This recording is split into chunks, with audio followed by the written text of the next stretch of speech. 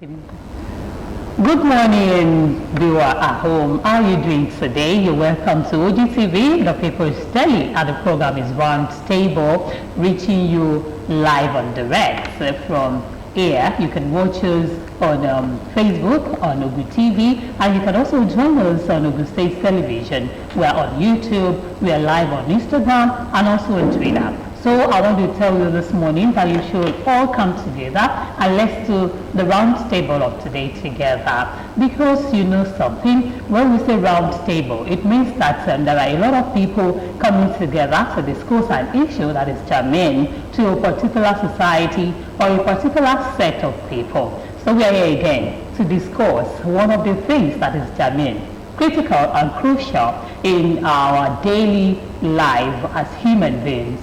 Doyinsola Ogunbadewa is my name, and I'm going to be the only anchor for today. Moreni KG is not around, don't worry. Soon she's going to join us, but not today.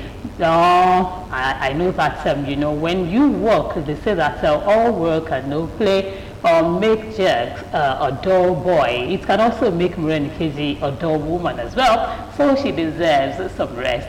We just want her to rest for a while. She'll be back on the program. Yeah, before I introduce my guest, let me just tell you what we're going to really discuss this morning. And what is that? I already said that it is germane to us and it is very important in our daily lives. What is this thing? It is the transportation system, transportation sector. How crucial are they? Do we even need them? Or can we live without the transportation system and the transporters as well? These are the things we will discuss this morning, because there is a say that transportation is the lifeblood of a modern society. It connects people to their goods and services as well across the globe. And you know that the development of transportation system is crucial to economic growth, social progress, and environmental sustainability. These are the things we'll discuss this morning. We'll go for this short break and we'll be back. Doyinsola Ogunbadewa is my name.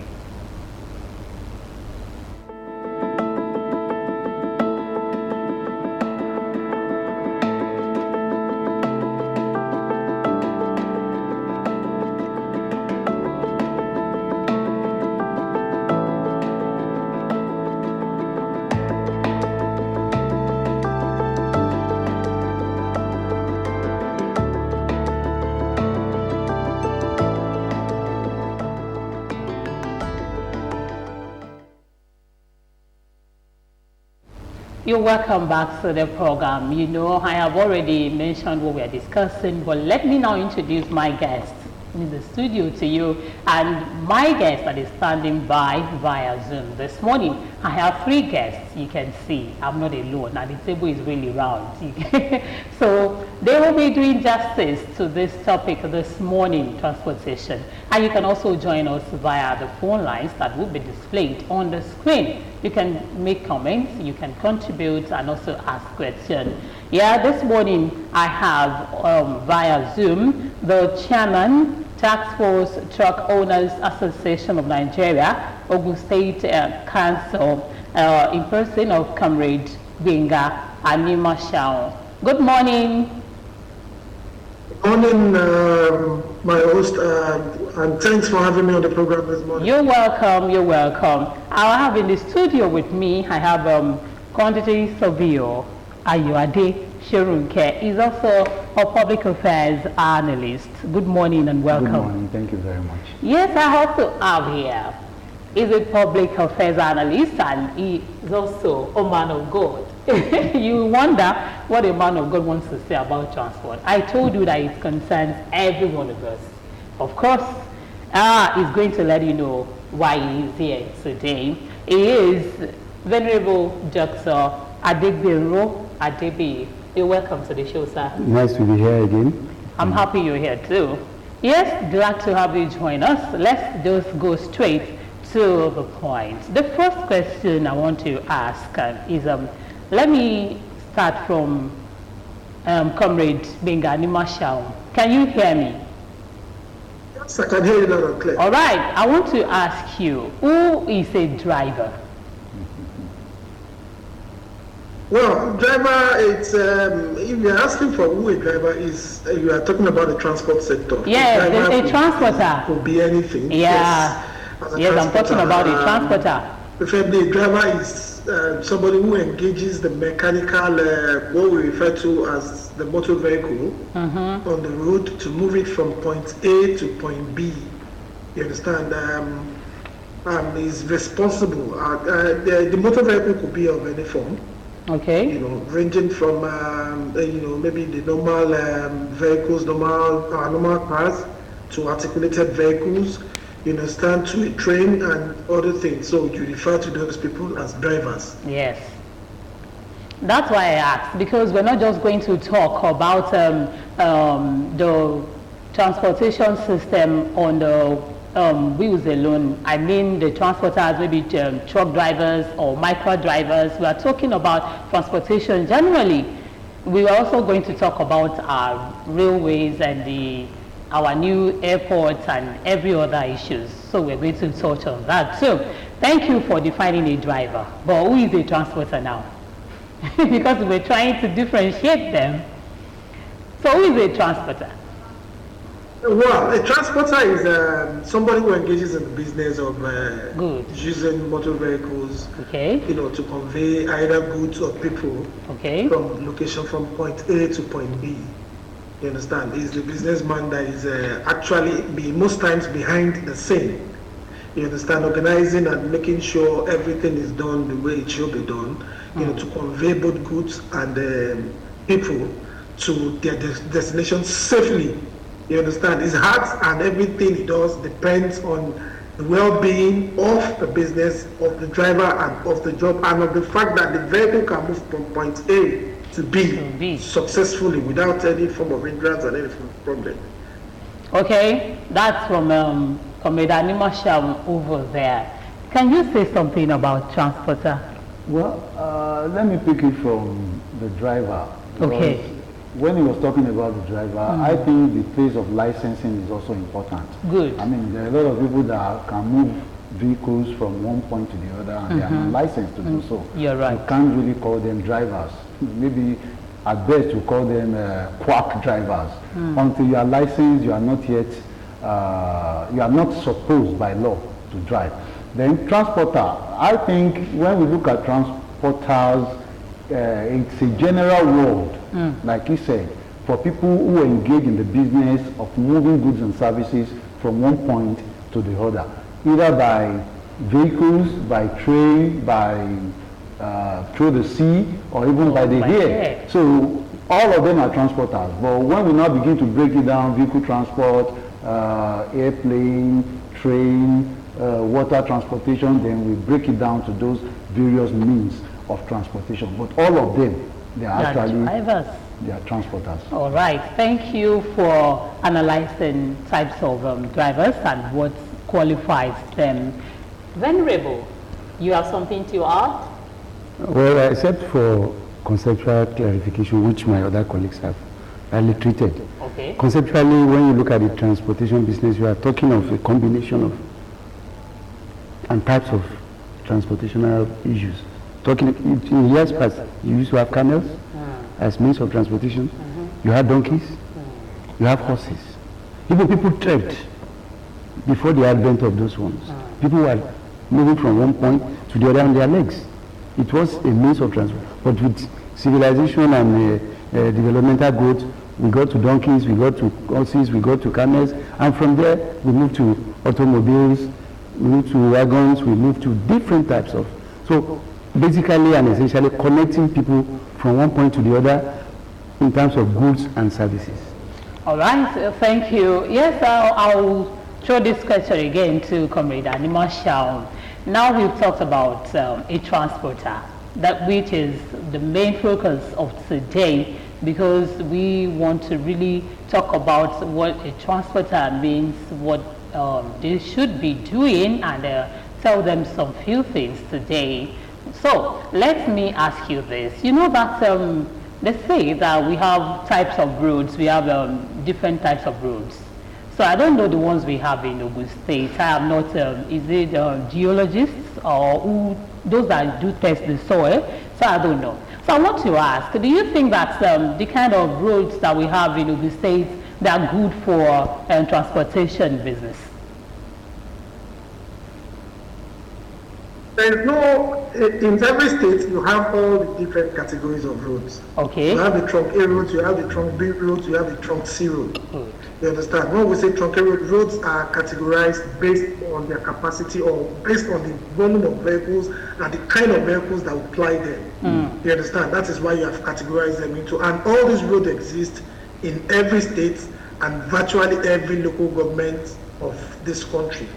What is most important is the condition of most of the roads that we ply on. You understand? It is not the grade, it is not the type. You know, before now we used to have just single carriageways that were well maintained, that were well laid, well done, that people used for quite a very fact. Some of those roads still exist till today. They're still available. If you get to some of these places, you see roads that have been done 50, 60 years ago that are still pliable as we speak. So it is not about the grade of road, it is about the quality of what people are churning out, the construction company and the government as well. How well are they actually making most of these roads to meet up to the level of development that is coming up? You see, a lot of construction, a lot of, places are springing up.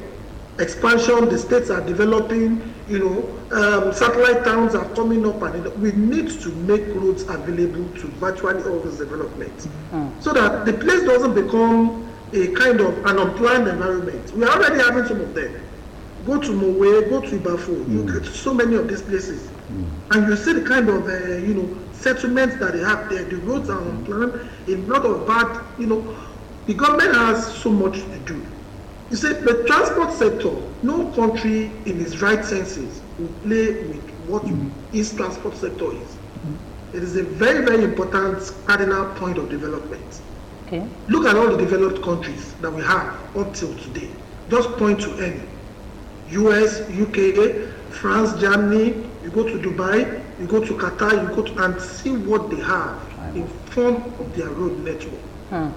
In fact, there are places, when you come to UK here, there are places that the place is not even developed. They already prepared a road, anticipating that in the next few years, those places we are bringing development out today. So the road network is already on ground, waiting for the development that is coming to those places. So we should be proactive, one step ahead in form of transportation, not always trying to react to when things happen. Lives and materials are so important. We cannot afford to lose any. Just about a week or about ago, I was just hearing the news, and we look at how many lives were lost somewhere around Shagamu or thereabout. On Shagamu Ikorodu Road. We cannot. It is not in the whole country. There's no way you can eliminate accidents, but we should be able to bring them to the barest minimum by providing as many good roads as possible for people to plan, and sensitizing people on the need to maintain, the average, the standard road limits, speed limits of virtually all these roads. Okay, I'll come back to you, Comrade Shoruke. Let me ask you this question: what are those things you consider as an infraction on the highways? Infraction. There are many. In the first instance, let's pick it from the quality of vehicle plying the highway. It can be an infraction. Many of our highways are overgrown with weeds, particularly, like you said, those passing through some of the core local government in the interior. We have some of those weeds. There are weeds that are taken, particularly those that are not even dual carriageway. You see weeds taking almost half. Those are infractions. Then at times the quality of driver himself can be an infraction. We see the road safety trying to do a lot about that, but it's obvious that they are overwhelmed. Because many a times you see even, particularly the articulated vehicles, when they are coming, they don't even brake when they are asked to stop. So you see some of them that is when they increase their speed, and you don't expect the road safety official to stand on the road waiting for an articulated vehicle. So when you look at all these, there are major infractions on our road. So it comes from the driver, comes from the quality of the vehicle, The quality of the road itself is also a challenge. You have mentioned the various grades of roads. The truncae are predominantly, as we've known, predominantly under the purview of the federal government, trunk B under the purview of the state government, the trunk C under the purview of the local government. And when we look at the construction of these roads, like you said, because the trunk A road are roads that are expected to be heavily plied. So you expect them to be properly constructed. A good example, when you look at some of those that we have seen in the past, is the Abeokuta-Ajibor road. The road was not really constructed for those heavy vehicles, and we saw what became of the road. Because every road has a design. There is a road design that is meant for everyone from construction point of view. So when you now begin to apply such roads consistently with vehicles that are not supposed to go on that road, along the line we saw a lot of quarries developing in that axis. So the heavy lorries started plying the road, which was not meant for such lorries. Eventually it became a disaster, whereby you see the road collapsing and a lot happening based on what it is now. And it's a trunk A road, as it were. So the federal government, even though it was constructed by the state government, if it had been constructed by the federal government, they would have considered some of these details in terms of the construction. But you also, if we want to look at it from the perspective of what the federal government is doing, particularly the Minister of Works, some of these issues that have to do, like you mentioned, with the quality of the roads, it might also be because of the designs. But I think, and we can't remove the issue of corruption also.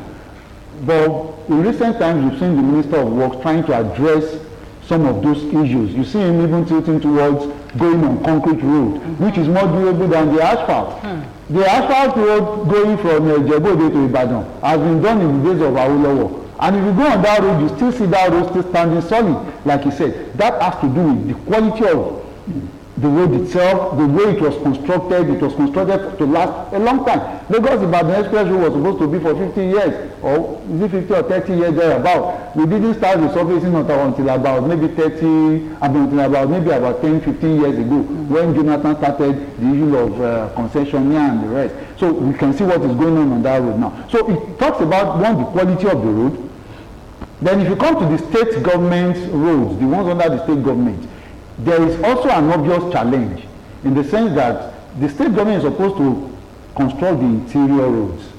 But because of the challenge of some of these truncated roads, you see the resources that are supposed to be deployed into some of these roads being pumped into constructing federal government roads. Because there is no federal government citizen, everybody belongs to a state, and they ply the road. So the government cannot sit down and allow its citizens to be suffering because the federal government is here to attend. So you see them deploying. So in such instance, the limited resources now have to be shared between what the federal government ought to attend to and what the state government naturally ought to attend to. So definitely the deficits will be obvious, and that is why we see some of our interior roads, taking time for the government to attend to them. It's not that they are not doing it, but if you have resources to do 10 and you have to do 50, exactly, you have to now begin to prioritize and begin to see, and the political angle of it, you have to also distribute it all over the state. In fact, the Chongsi Road is even the greatest challenge, because except for the new law now that the local government autonomy should be enforced, we practically didn't have the local government doing any serious project. So most of those Chongsi roads are in the correct. That will be for now. I know that very soon the local government will start. I believe so. They've been given autonomy already. I believe so. It's okay. Venerable, what do you consider as infractions in our highways? Seriously speaking, I want to stress and emphasize safety on our roads. Okay. How safe are these roads? Judging from what you just said, the quality of those roads, how qualitative are these roads?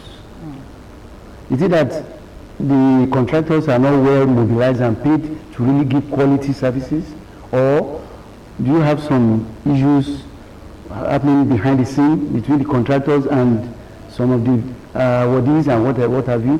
So I'm stressing safety. We have FRC, we have RSC, we have what do you call it? We have Trace. We have other. How effective have they been? To my view, seriously, the Trace, I can give it to them. Okay. They are really trying, particularly in terms of response to distress situations and challenges. You see them in the twinkling of an eye. You see them on the spot. So trace has been very, very far. So, but we need to critically look at the safety on our roads. Most of these roads are not pliable at particular hours and times of the days now. Why should that be? Is it because we lack the security manpower, or is it because we are not applying the technological know-how that could replicate what the physical security agencies are doing? Because you need a combination of both. You may not have the manpower component to adequately provide, but you can use drones. You use drones to maneuver, to control, and to ensure safety is encouraged. Add a little, because some of the issues we've also had on our road is vandalism. Okay. You've seen people going to tamper with street lights, tamper with the road infrastructure because they want to pass a service. The railings and the legs. And they don't fix it properly when they are done. So that are also issues, like you mentioned, of safety. Apart from the issue of vandalism, when you vandalize any of this infrastructure, it brings about the issue of safety. It comes back to us. And exactly. What about theft? It's part of that happens too. All right, comrade Anima Shaun. Hello, can you hear me? Yes. Okay, you have anything to add? As far as we are concerned, okay, the biggest problem we have facing us as both transporters, for us that are into the transport business, even private individuals that are using the roads, is the fact that the government has to live up to its expectations. So forget about it. A lot of other things are surrounding the fact that government has to put its leg down on the ground to enforce a lot of things. One, our attitude to the roads, because it is very important. You understand? Most of us, we tend to do the opposite of what we are supposed to do on roads. We're not talking about just the drivers, even other commuters, pedestrians, market men and women, drivers of other Okada and all the rest. If you see the kind of attitude a lot of these people put up on the roads, you can see market women displaying wares right in the middle of the road. In fact, at places where it is not even supposed to be encouraged, because when you have a slope, you can imagine, even get to the mortuary sometimes and see the kind of hazard that happens there. Especially during the time that the school is closing. Look at students standing right in the middle of the road, waiting to pick up cabs there. You understand? And these are potential hazards. These are a lot of dangers waiting to happen. You understand? It's just a matter of time. And I don't see reason the same people in government don't pass all these roads. They don't see all these problems. Are we going to wait until one day, something very calamitous this issue? You understand? The bulk of the matter is when governance is working, everybody falls into line. Here, it's not as if we have a lot of Nigerians who normally, if they are in Nigeria, would not conform to so many rules. When they get outside the country and they get to other countries where the rules are working, where governance is working, they fall into line. They will obey everything that is dished out to them. So that's why I'm saying the government has to live up to its responsibility. They've got to do, not this surface dressing or just trying to wipe it. We know what we can do. The transport sector is self-sustaining. We don't wait for government for every other thing. If the money we are making is not going into some personal pockets, the biggest problem we have in that country is corruption. The transport enough sector. No country toys with its transport sector. And here we are in Nigeria, despite all that. So few individuals are the ones that are making money out of the transport sector, and the money is not getting back to the society that is meant to be used for. So that's where the problem is. Roads are not being maintained. They are left in very comatose states until very terrible things happen before we now start to look for, let's try and look at Songo Abeokuta Road. How many years was that road impassable until recently? And even recently that we are talking about, all they are still there, I don't think it's finished. A lot of other major roads, look at the road to Agbara. Agbara has the highest number of industries concentrated place all over Nigeria. It's an industrial. All Agbara was there undone. Raw materials will be going to that place, trucks will fall off, you lose those materials, finished products will be leaving the place, the trucks will fall off, lose all those materials, and you expect those companies to stay afloat. Okay. So we should be serious. All right, Comrade Anima Shaun. What it's supposed to do. Okay. It's not just doing. Comrade Anima Shaun, can you hear me? Can you hear me? I can hear you. I can hear right. You. Yes, you are. I can hear you very well. Okay, you said the truth. You have mentioned what the government's supposed to do. But let's now come down to your people. You know that you are the chairman of the Truck Owners Association. Am I right?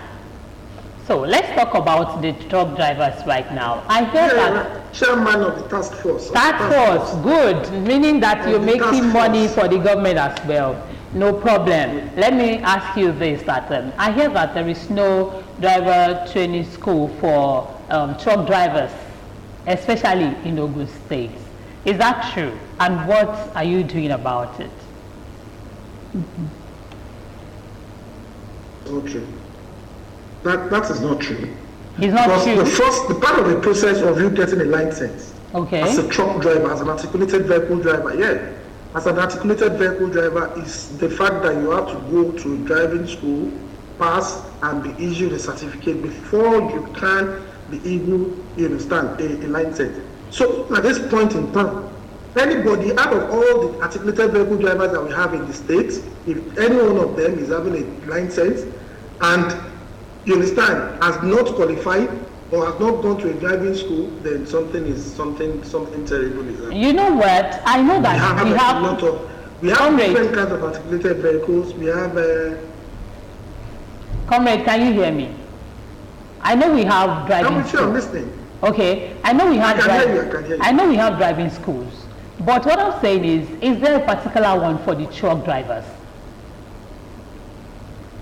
It's not all drivers that can drive a truck.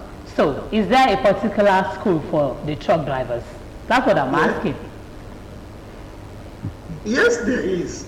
Okay. Yes, there is. It's the same schools we're talking about. These same schools it only depends on where you want to. You know, your driver's license is categorized from A to G. So based on what you want the license for, that is what you apply for when you go to the driving school. So these driving schools, if you are going down to collect E or D, I think we'll have to go for a break now. Then we'll come back to you because of the network. Comrade Anima Shaun, we have to break now because of your network. So we'll go on a short break. Then we'll come back to you because I have more questions for you and my people in the studio as well. So we'll go for a short break. It's still Roundtable.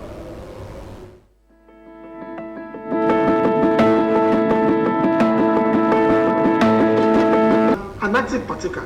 Okay. Go and look at the statistics. The past 4 or 5 years, accident rate in Ogun State has reduced. It cannot be totally stopped. How many of the truck drivers have been reprimanded this year? We are working with all the relevant agencies to make sure we bring it down to the barest minimum. Articulated vehicle accidents in Ogun State are reduced. Take the statistics from road safety, take it from trace, take it from anybody. That is the fact.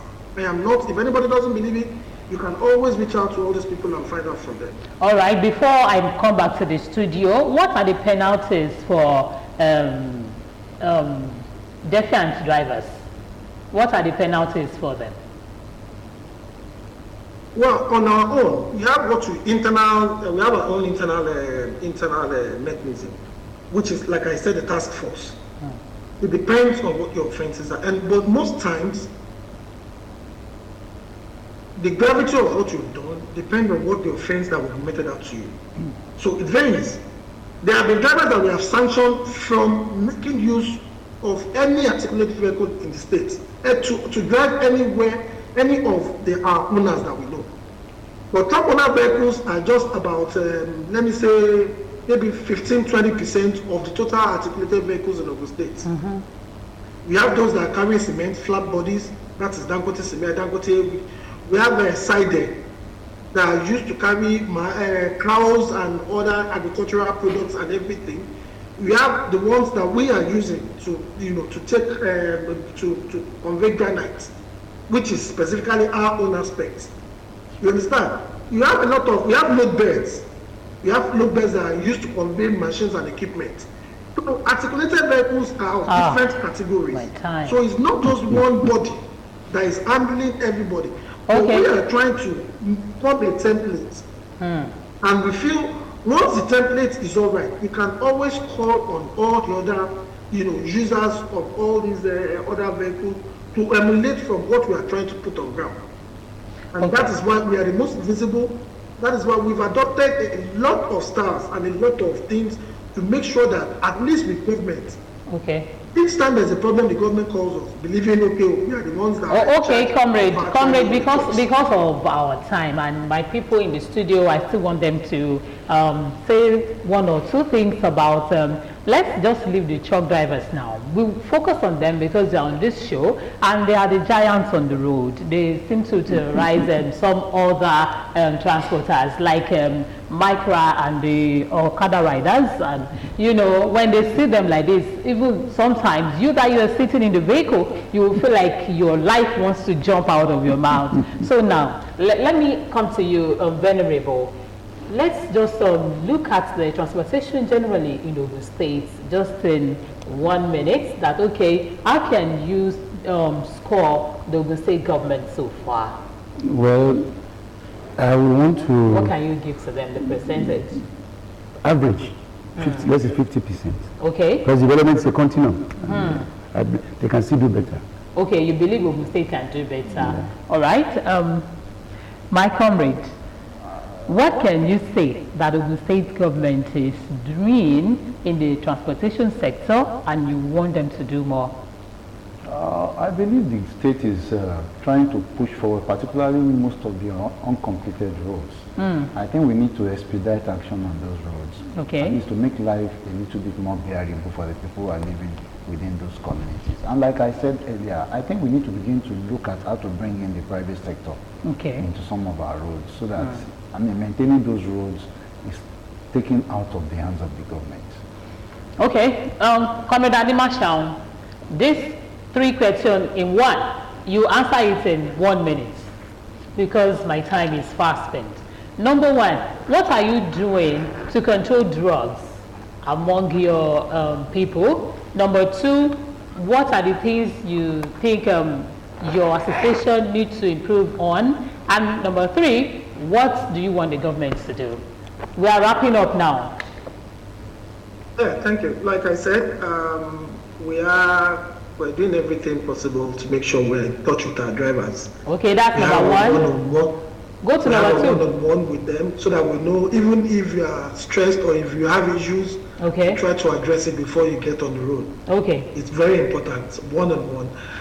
We are collaborating with the necessary government agencies to make sure that at least whatever government policies needs to be done or shunned out in determining how well we show clear our routes, we want to get involved. All right, Comrade Marshall, thank you so much for being part of the show. We really appreciate you for your time. Thank you. And then my people in the studio, Venerable Dr. Adegbe Radeni, thank you for coming, sir. Thank you. Appreciate Thank you for having me. And my community Savio, Ayadesha Runke, well, thank you.